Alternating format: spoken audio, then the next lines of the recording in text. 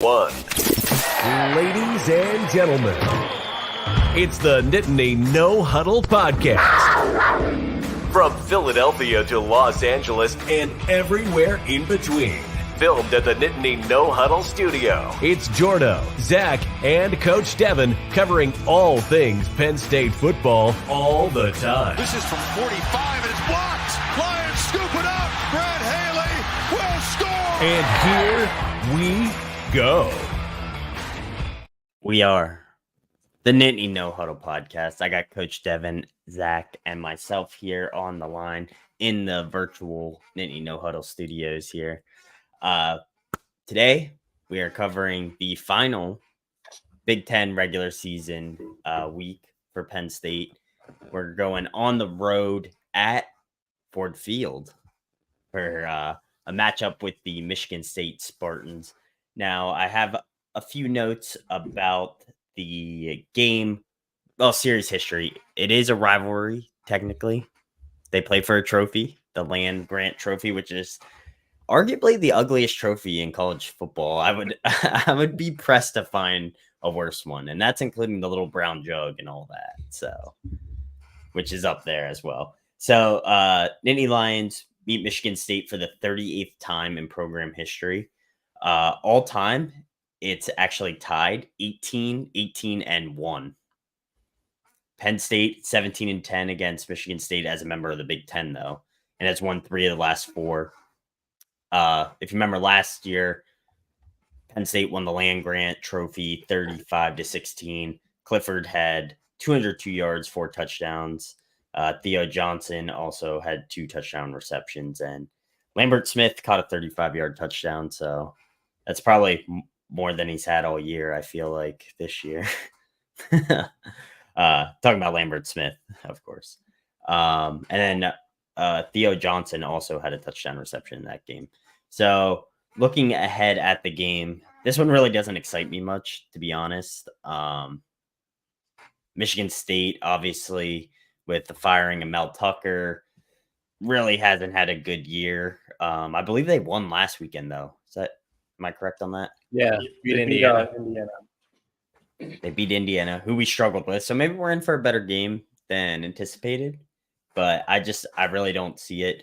We can dive right in unless, Devin, you have some more stats to throw up before. No, actually, I was just looking it up, and maybe Zach, you know this off the top of your head. I was just trying to do it. I didn't think about it today. When was the last time Penn State played a neutral site game that wasn't a bowl game? I mean, I know it's in Michigan. It's really a home game for Michigan. Didn't we play Northwestern at Soldier Field? No. So Penn State played Maryland at the Ravens Stadium in 2015. Probably the last one. Yeah, it would take me a minute to unless there was like a non-con game that I'm missing. I also wouldn't consider that a neutral site, though. I mean, yes, it's neutral site, but it's like this one. I mean, yeah, well, it was away from Beaver Stadium South, to be fair. But yeah, probably more neutral than Maryland's home field.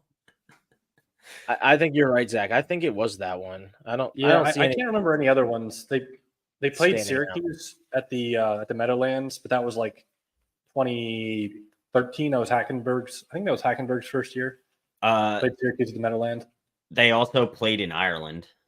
Yeah, that was like UCF. So I think 13. Yeah, I think 13. That was 14. That was Syracuse, Franklin's first year. And 14. Yeah, Franklin's first year was at his first game, right? As head coach. I think you're right. Yep. Yeah. It was like with Sam Ficken, the walk-off field goal. It was like a 7 a.m. Eastern start, I think. Yeah, I was actually in the Middle East, so it actually lined up better for me time-wise. I mean, that doesn't really matter. Like, I was just curious if anyone knew. So, good job, Zach. You always know your stuff, man.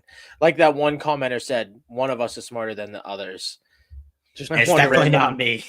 Random useless trivia. Yeah. If you want random useless trivia, I'm your guy. Important stuff now. You're like Wish.com Jeopardy. While we're starting on the game's party, Jeopardy. Like I do think the venue actually gives a little bit of juice to what is otherwise a game with absolutely no juice. Like, it's a different venue. Frankly, any Penn State fan will tell you, like, the idea of East Lansing in November is a scary proposition. As I sit on my porch right now, and it's like 33 degrees out and just pouring rain. But yeah. I don't know. It's just, to me, maybe it's just because the Lions are good now, but the idea of the NFL stadium, the Friday night, honestly, we've had so many noon games. I'm kind of like excited by the idea of a Friday night kick. Yeah. It's not really a game people are going to be like. It's a primetime game, but it's Michigan State, so I don't know. I mean, I haven't really looked at the schedule to see who else is playing at that time, but do the Lions play Thursday? They play Thursday night. They play Thursday night. Yeah. Or Thursday afternoon. Yeah. And then the Penn State game's Friday night. So it's going to be a pretty quick turnaround. Buy one, get one. Real question is how many Penn State fans are going out there Thursday to see Sean Clifford perhaps and then watch the Penn Packers? State. Yeah, I should have worn my Clifford Packers jersey for this one. So, Zach, the other games going on at that exact time is Texas Tech versus Texas at 7:30, and then Oregon State, Oregon in the Civil War. That's at 8:30. So yeah. I mean, that'd be at like halftime of our game, at Penn State game. Yeah, I kind of like I think I was saying in the group chat. Historically, at least since they added Nebraska, they've always played the Nebraska-Iowa game on Black Friday, and this year, for whatever reason, they switched it to Penn State, Michigan State. Iowa, Nebraska still on Black Friday. Is that still on Black Friday? Okay, so they just added another one, which frankly, probably going to see more of we've talked about this before, as they add 4 teams next year. You're going to have 18 teams. So in the weeks where there's no buys, you're going to have 9 games to try to fit into.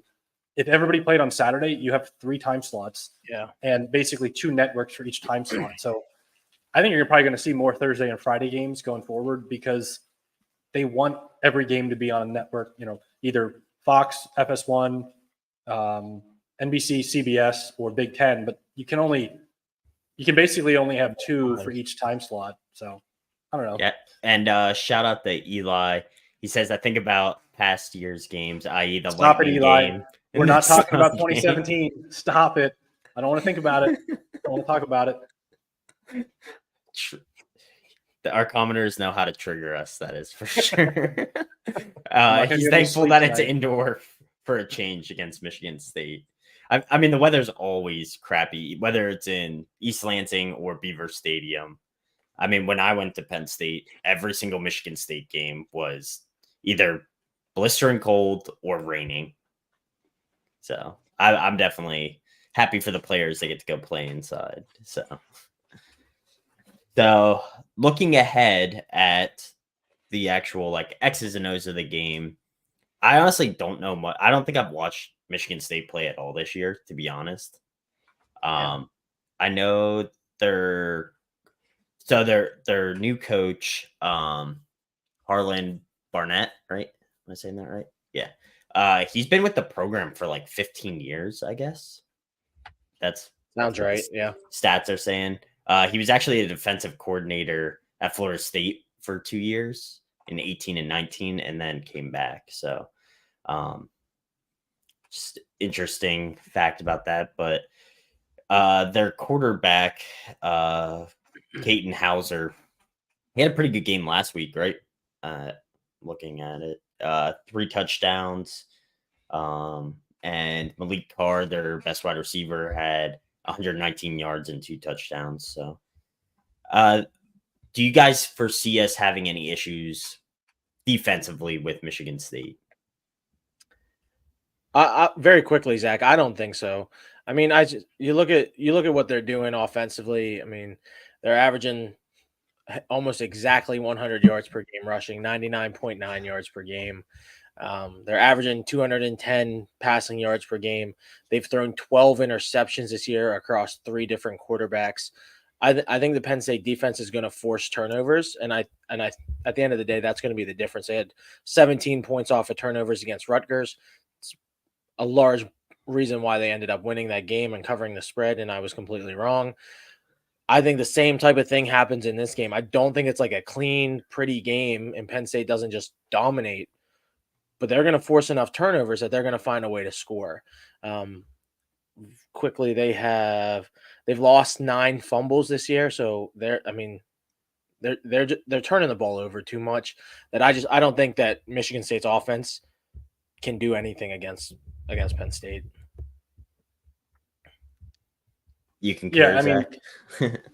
I tend to agree. They've had a lot of quarterback issues. They've gone back and forth on the year between Noah Kim and Hauser, who Jordan just referenced. Neither one has been spectacular combined. They've got 10 interceptions and 12 touchdowns and 10 interceptions. The run game has been pretty lackluster, honestly. For Jalen Berger is a guy, I think he's hurt actually, but he was, I believe, a transfer from Wisconsin, if I'm not mistaken. He ended up not doing a whole lot, but Nathan Carter has been decent. He's getting a 4.2 yards per carry average, which isn't horrible, but they've got a total of 7 rushing touchdowns on the season, and 2 are from the quarterback. So they've got 5 rushing touchdowns from their running backs. Jordan mentioned Malik Carr, who I think they actually have him listed as a tight end. He's a real big-bodied guy. He's kind of perhaps a mismatch. Montori Foster and Trey Mosley are probably the 2 receivers to watch. Neither one has crazy stats, and they've got a number of guys who all kind of have similar yardage, but no real standout. I just think they've struggled to score against good teams. I mean, if you look at the Ohio State score, I believe they lost. I think it was like 39-3 or something along those lines. Michigan, obviously, they had a lot of difficulty with Michigan. So I think just from the perspective of the Michigan State offense, Chop Robinson, Adisa Isaac, that pass rush, it's just I don't know. I don't think Michigan State has the front to really either get a run game going or protect the quarterback, whomever's back there. It seems like a recipe for disaster. Again, I would characterize it sort of the way I characterized the Rutgers game last week in terms of who wants to be there in this type of setting when you have a team that's not really playing for anything, and a team that in Penn State that's kind of playing for something, but I don't think the players necessarily care about Citrus Bowl versus New Year's Six Bowl. It really just comes down to juice and who wants to be there, who wants to show up. That said, sometimes you can have a team like a Michigan State right here where they're 4-7, they have no prospects for a bowl, and this is their Super Bowl. All of a sudden, this is the Super Bowl for them. And probably the greatest example that we've seen of that in college football is the 2007 Pitt West Virginia backyard brawl, where you had West Virginia 1 game away from a national title. I can't say off the cuff if Pitt was not a bowl eligible team, but they were like a 500 team at best, or had really nothing to play for other than pride and that rivalry game, and pulled off a humongous shocker. You never know if this is the type of thing where the team kind of just rallies around, hey, this is our last game. It's sort of our Super Bowl. Play for the coach. That I think, if nothing else, you got to give them credit. They've been playing hard.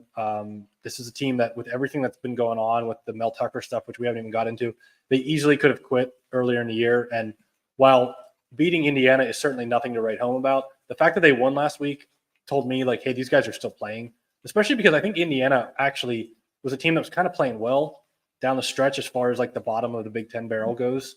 So I don't know. It just depends. You just don't know. And the short week is a part of it too. You've got, maybe a bit of an advantage for Michigan because they don't have to travel as far, but you have a change to the normal routine. And of course, on the Penn State offensive side, we'll talk a little bit about the quarterback situation, but just everything's a little different when you have a week that's completely, schedule-wise, it's completely off from everything you've been doing. Yeah, I agree. And right into that transition, the quarterback dilemma. Are we going to see Drew Aller this weekend? I think Franklin's, I didn't listen to his press conference this week yet, but I think he said if he's healthy, he'll play, basically. He said a bunch of stuff without saying anything. So typical. Yeah. I mean, we could see Bo play the whole time, which means we'll have 6 passes for 5 yards, maybe. I went back and rewatched the Rutgers game, and I mean, we didn't really need to pass at that point, but it would have been nice to see him, air it out and maybe show us what his arm looks like. If nothing else, just for experience. In their defense, I think there was a number of RPO calls where he did pull it and there was passing options, but he had running rooms every time he got outside the pocket. So I think he just took those. But to your point, it would be nice to see at least a couple times just a standard drop back and see what he has. Like, I don't know. It's like, do they not want him to transfer, so they don't want him to have any good film to show coaches, or what? Like, again, the problem with the receivers, it's such a catch-22 because it's like, win the game, do what you got to do to win every game individually that week. Like, do what you got to do that week to win that game. But also, we know where the weaknesses are on the offensive side of the ball. Do you try to address those things? Do you try to improve those? Do you just say, hey, we think the receiver room stinks, so we're just gonna run a million times and throw it to the tight end and dink and dunk? Like, I don't know. What's the answer there?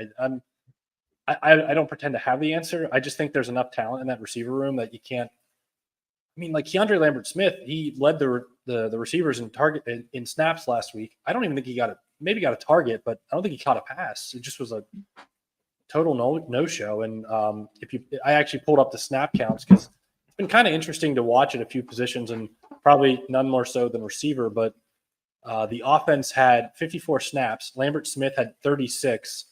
Amari Evans out of nowhere had 32 snaps, so over half of the snaps. And then you had Cephas 17, McLean 14, Liam Clifford 6 after I thought he had a nice catch and run early in the game. Caden Saunders only had 4. And Caden Saunders was a guy that in the Michigan game gave you a little bit of a spark. I don't know what's going on with that room. The snap counts is something I look at every week, and it's all over the place. Like, one week they're just force feeding Dante Cephas, and then the next week it's Malik McLean, and then early in the season Liam Clifford was playing a lot. All of a sudden he barely plays anymore. Yeah. Caden Saunders was not playing, and then all of a sudden it looked like he was moving up the depth chart. And then last week he had six snaps. So I don't know. Part of it is definitely that they love the 12 personnel. They love the 2 tight end package. So you never have more than two receivers on the field. And frankly, sometimes we go with the 3 tight ends or the 2 backs. And so there's a lot of times when you only have 1 receiver out there. So there's not a ton of snaps to go around. I feel like if at this point in the season, you're still putting the receivers in like the Yahtzee can and just shaking them up and then like dumping them out and see who the rotation is, that's not a good sign. And the guy that we thought was the number 1, Lambert-Smith, I feel like he's just been in witness protection for the last couple of weeks. I just feel like we haven't seen him. So I don't know. It's a problem, and it's not going away. I guess the question that I'm posing, and see what you guys think, is do you just lean into, we stink at that position, so let's just try to build around it, or do you just keep plugging away and try to find the right rotations? Yeah, I mean, I think for me, I think their plan, granted, there's 2 games left.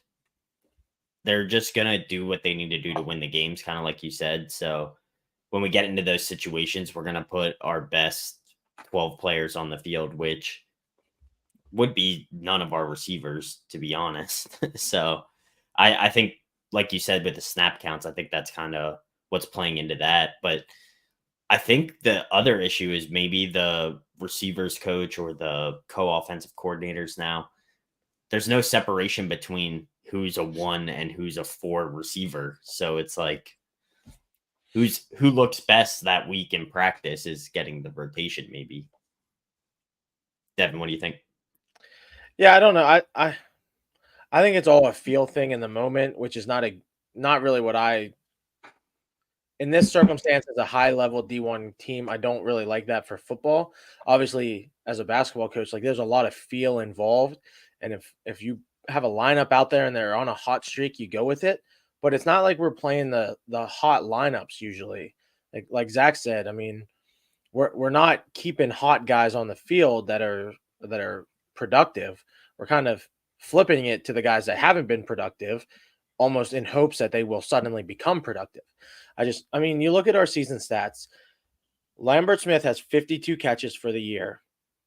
And then it is tight end, running back. And then Dante Cephas with 19, Harrison Wallace with 15, Liam Clifford with 10 receptions on the year for a team that has thrown it 344 times. Like, it's not like we're throwing it we're not Navy. We're not throwing it 10 times a game. We're throwing it 20 times a game.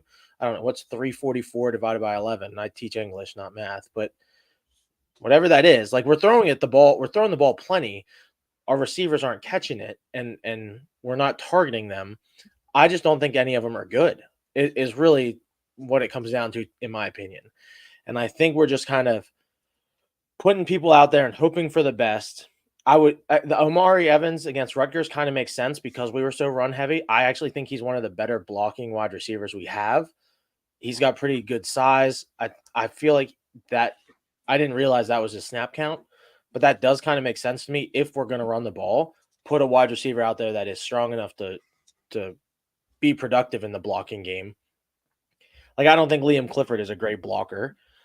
He does good things, but I don't think he's a great blocker. Dante Cephas is definitely not a great blocker. So maybe that's why, since we went so run heavy, he ends up moving up the depth chart. I don't know. I think it's all a feeling thing, and it just their feelings are different than ours, I guess. Yeah. At least mine. And speaking of feelings, let's transition over to this week's college football rankings, which I'm sure we all have a lot of feelings on. So right there, we got the just out college football week 13 rankings. So not much change in the top three. No change, actually. Then Washington finally breaking into the top four. What do you guys think about that? Gutsy win. It makes sense. Yeah, that one's not too surprising for me. I think most people were expecting that, and the Jordan Travis injury just made it pretty easy for the committee to do that, I think. Yeah, I would agree. And then obviously Florida State dropping down to 5, which you mentioned.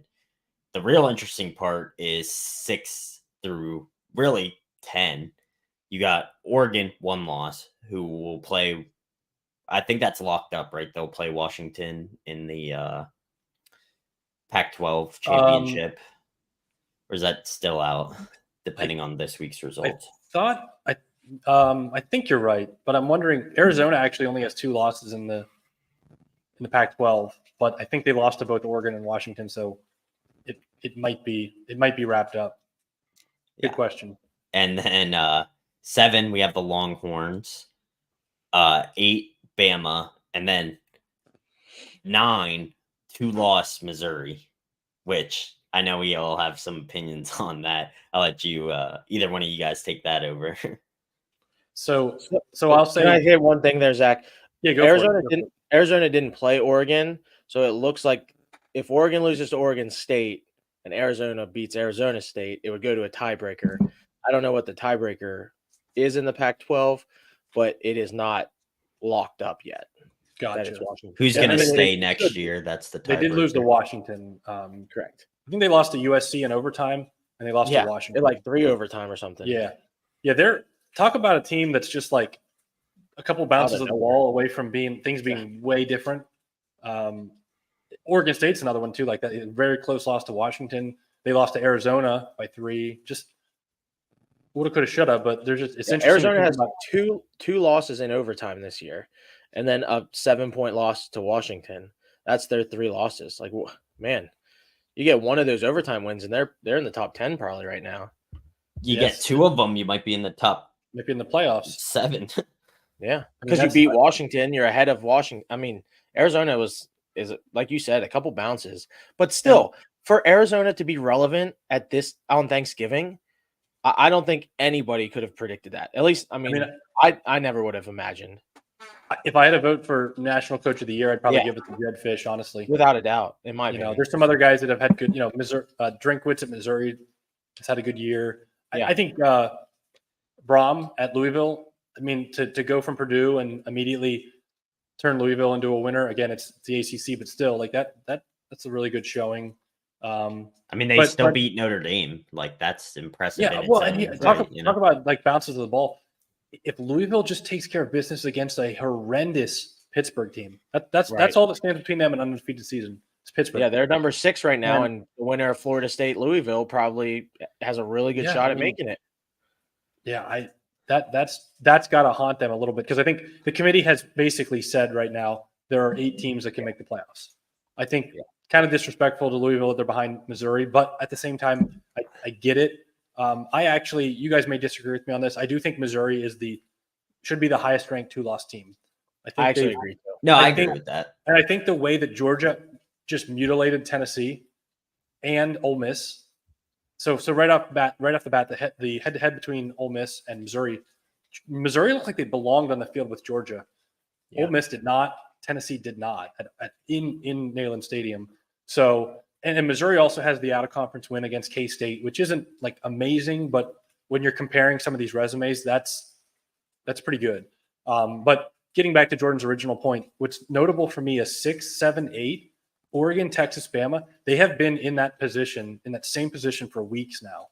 So if you're Oregon and you run the table and beat Oregon State, which would be a big win, and then beat Washington in the Pac-12 title game, and let's say Texas beats Texas Tech, nothing to brag about, but then they go on and they win the Big 12 title game against Oklahoma State or Oklahoma, another ranked win.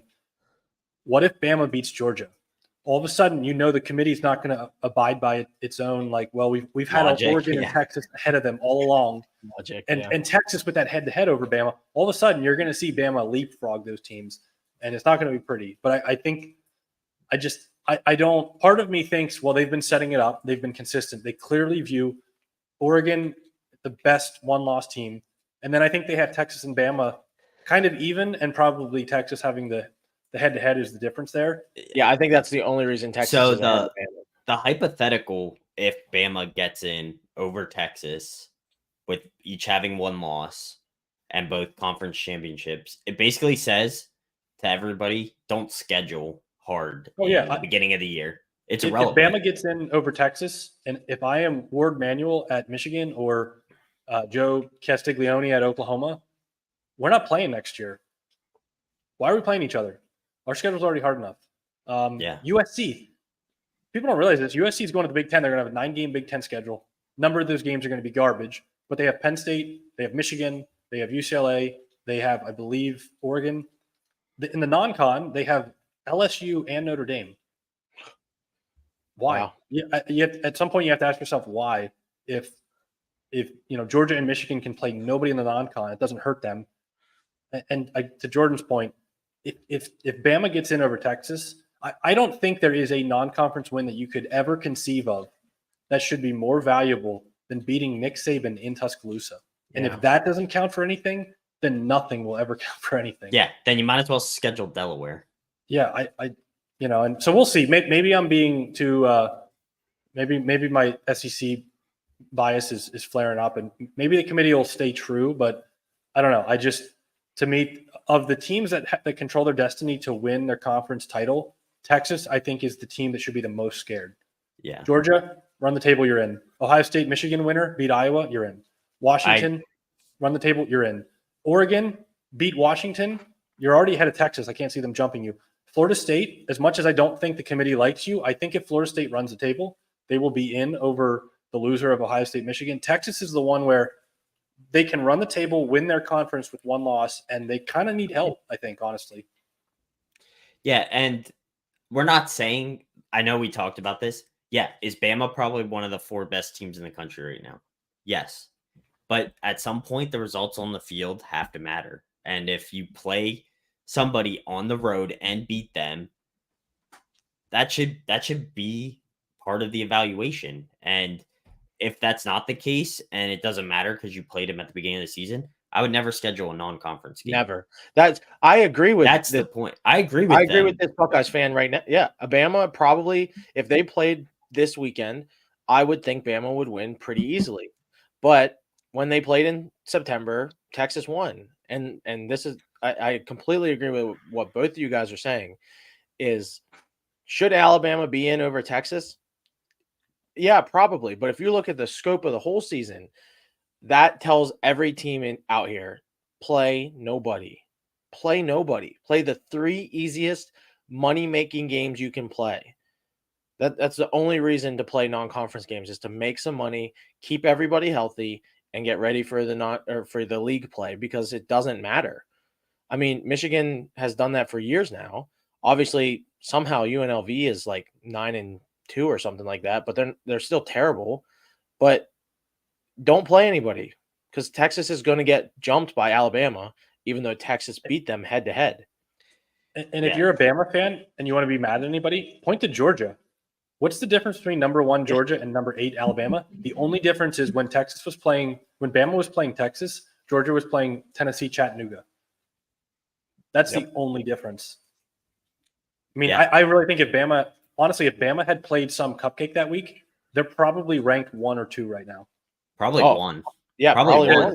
Alabama. Because they beat LSU, they beat Tennessee, they Beat Ole Miss. spanked Kentucky, they beat Ole Miss, they beat a Texas A&M team that's better than the record looks like. They have a decent resume. They just took a loss, and I think they're stuck behind Texas because the committee understands that if they put Bama in front of Texas, it would just be like all hell would be breaking Yeah, loose. it's gonna cause my PTSD, post-traumatic SEC disorder, to kick in. PTSD. Yeah. The real thing. Look it up. Yeah, the only other thing about the Well- SEC too, Tennessee being ranked is an absolute joke. I've said it now for 3 weeks on this podcast, and I wish that we had enough viewers that it actually mattered. And thank you to the viewers we have. But Tennessee being ranked at 7-4 with their best win of the season being Virginia is an absolute fraud. It is simply to boost Georgia. It's the only reason they're ranked, and it And drives Bama. me And Bama. and Bama. I hate it so much. Tennessee should have been out of the ranking last weekend, and then they got murdered by Missouri, and they fall 3 spots. They've Well, got yeah. they've got absolutely blown the hell Yeah. out the last 2 weeks. You Like, almost they've got their doors there. blown off. Yeah. 2 straight weeks. Like I don't It's I don't know if embarrassing any other that they're team- ranked. I hate it. I don't know of any other team that could survive that and still be ranked. I mean, and I think part of the problem is this year the top is so strong. Yeah. By the time you get to the back end of the top 25, there's not a lot of teams that aren't on the list right now that are super compelling cases. But like I'd have SMU ranked ahead of Tennessee. If Clemson and Tennessee played right now, I'd take Clemson on a neutral Yeah. field. Oh, I 100% would. And I hate know. Clemson. I think Clemson sucks. I think the fact that they're ranked is kind of a joke too. But if Clemson and Tennessee played in that Orange Bowl again right now today, Clemson beats them by 3 touchdowns probably. I think Tennessee is not good, and they're the 21st best team in the nation. I mean, Yeah, I mean, if their resume was we got killed by Georgia, we got killed by Missouri, and we lost kind of close to Alabama on the road, and that was it, then okay, 8-3, SEC, they probably deserve to be ranked, but they also got blown out by Florida, who's all bad news, who also almost beat Missouri on the road. So let's just cool it on the SEC stuff. I mean, my whole thing is you don't need to fake it to tell me that Georgia and Alabama are really good. I believe that Georgia and Alabama are really good this year. I frankly think if I was ranking the teams based on how good they are right now, or if I was ranking them based on power ratings or who would I favor on a neutral field, I might have Georgia and Bama 1 and 2. But don't fake it by pretending like they're so good because Tennessee's good and Missouri's good and Florida. No, that's not the case. It's the depth isn't there in the SEC. The 2 at the top are still there, but I don't know. It's like we've always said for years now. They rank the top the way they want to rank it, and then they just the top kind of 6 fill to in. 8 they rank how And they then they want. fill in after that to Missouri. Tennessee's there on some level. Tennessee's there to help Missouri because Missouri killed Tennessee, and then Missouri's there to help Georgia. They get that number 9. I don't know. I do, like I said earlier, I do kind of respect Missouri, but I think after Missouri, maybe Ole Miss a little bit. Nobody else in the SEC really. LSU. And LSU is I'm the not best being a three, Big Ten homer. Yeah. I think the Big Ten is vastly overrated. I think Yeah. Penn State would lose to a lot of teams that are ranked behind it. I think Ohio State and Michigan are vastly overrated, and we're going to see that in the college football playoff. Yeah, and more madness to come. I'm hoping, anyways. I want chaos for everybody. The other thing I was going to say about the college football playoffs is it was interesting to me to throw Liberty in there at 25 as well, just almost as a backup plan in case Tulane loses this week or in their championship game, because it was pretty obvious that Tulane is the group of 5 team that should probably make it. But if they lose, they're not going to. So they need somebody, and they need to hope that Liberty wins, because otherwise, I don't. How do they pick somebody if they don't rank them? Like if they don't have any group of 5 team in the top 25, They still have to send they just somebody. pick one. Yeah. Yeah, Air so I Force. think you're right though that they would not sort of force it by slide somebody in. I think really if Tulane beats UTSA this week, I think the Tulane SMU Whoever wins it. American title game is probably because SMU's kind of had their sneaky 9-2 right now, and they finish with I forget who they play, but assuming they win that, they'll be 10-2. One of their losses was to Oklahoma.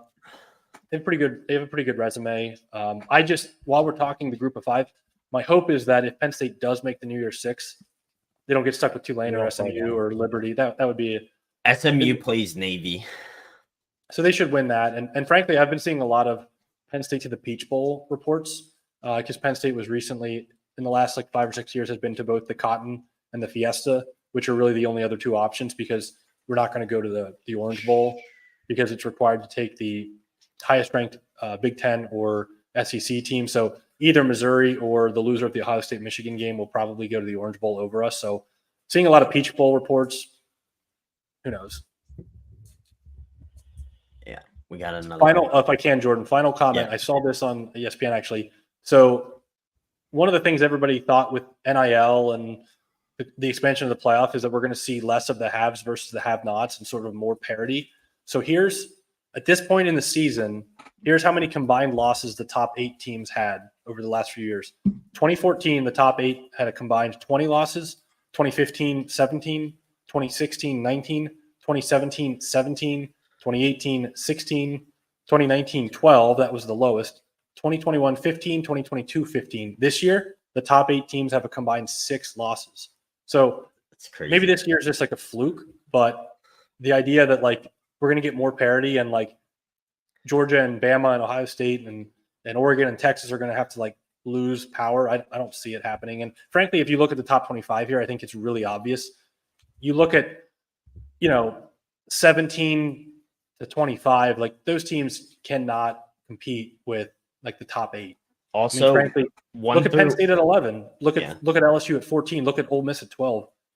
All of those teams played the top 8 and in some respects did not stay on Ole Miss got blown out by Georgia. Penn State looked like it could do nothing offensively against Ohio State and Michigan. LSU's given up 49 points to everybody. Yeah, and 1 through 8, excluding Texas, have all played in the college football playoff or won a national title since the founding of the college football playoff. And of those, the top 8 have a combined 6 losses. Two of them are to teams in the top 8. So Bama lost to Texas and Oregon lost to Washington. So the top 8 only have 4 losses to teams outside of the top 8. Yep. That's wild, to be honest. But, next year's... you mean the top 10, Zach? Yeah, because 6 has 1, 7 has 1, 8 has 1, 9 has 2, 10 has 1. So I can't trust this guy that I just found on Twitter. I'm very confused. Because he said top 8. Yeah, I think top 10. Yeah. He's actually talking about after next week. Maybe. Yeah, because top 10 would be 1, 2, 3, 4, 5, 6. Yeah, that would be the 6. Top 10 has 6. Bama's is to Texas. Oregon's is to Washington. And Missouri actually is to Georgia. So it's really, really top heavy this year. Yeah. Yep. But I think that's about all I have. If you guys don't have anything else. Score predictions for Sparty. Oh, yeah. I forgot about that. Don't do that. Got to throw out some random number. 30-13. Penn State. 30-13 or 32-13? 30. Okay. Penn State. The Michigan State Spartans at Ford Field. 13. I'm going to go 31-3. Penn State wins. I'm gonna go 24-7. I wanted to be in the 20s, but I don't. Yeah, maybe we get a late field goal, 31. I'll go. Yeah. I hate to say this, and we didn't really talk Penn State offense versus Michigan State defense, and I don't want to drag it out longer. But part of me actually wonders if, I hate to say this, it's sacrilegious, but if Aller doesn't play, I actually think there's more of a chance that we can put up some crooked numbers.